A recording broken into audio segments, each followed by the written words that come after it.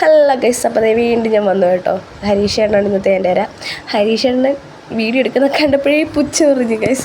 അങ്ങനെ വേണ്ടി ഞാനൊരു 11-11:30 ആയപ്പോൾ അമ്പലത്തിൽ വന്ന അപ്പോൾ ആരും ഇല്ലായിരുന്നു ഗൈസ്. ഞാൻ ഒറ്റയ്ക്കിരുന്ന് ബോറൊക്കെ അടിച്ച് ഞാൻ ഹരീഷേട്ടനോട് ഇങ്ങിയിരുന്നു.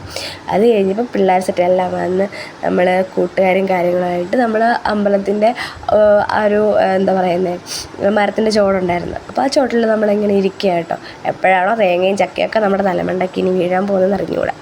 അങ്ങനെ നമ്മൾ അവിടെ നിന്ന് കുറേ നേരം സൊറയൊക്കെ പറഞ്ഞ് കൂട്ടുകാരുടെ വിശേഷവും നമ്മുടെ വിശേഷവും കഴിഞ്ഞ ഉത്സവത്തിൻ്റെ ഓർമ്മകളും അതിന് മുന്നത്തെ ഉത്സവത്തിൻ്റെ ഓർമ്മകളും എല്ലാ വിശേഷങ്ങളും ഇങ്ങനെ പറഞ്ഞിരുന്ന് സമയം 1-1:30 ആ ഒരു സമയമൊക്കെ. അപ്പോഴത്തേക്കും അത്യാവശ്യം ആൾക്കാരൊക്കെ അമ്പലത്തിൽ വന്നു തുടങ്ങി. ഇന്ന് ഉത്സവബലിയാണ് മെയിൻ വിശേഷം. അപ്പോൾ ഉത്സവബലിയുടെ പൂജയെല്ലാം കഴിഞ്ഞ് നമ്മൾ അമ്പലത്തിനകത്ത് കയറാൻ വേണ്ടി ഇങ്ങനെ നിൽക്കുക കേട്ടോ.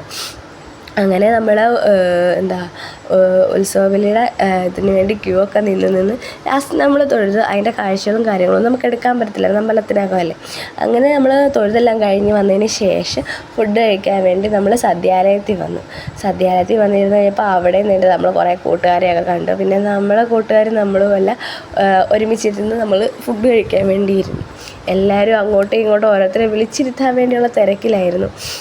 അങ്ങനെ നമ്മൾ വന്ന് ഫുഡ് കഴിക്കാൻ വേണ്ടി ഇരുന്ന് എല്ലാവരും കുറേ ടൈം എടുത്തു കേട്ടോ. ഫുഡ് വരാൻ വേണ്ടി അത്യാവശ്യം നല്ലൊരു ടൈം എടുത്തായിരുന്നു. അപ്പോൾ നമ്മൾ അത്രയും വെയിറ്റ് ചെയ്തു. അങ്ങനെ ലാസ്റ്റ് ഫുഡൊക്കെ വന്നു. സദ്യ അല്ലെങ്കിലും അത്യാവശ്യം നല്ല ഫുഡും കാര്യമൊക്കെ ആയിരുന്നു കേട്ടോ. നമുക്കൊന്ന് പായസമൊക്കെ ഉണ്ടായിരുന്നു.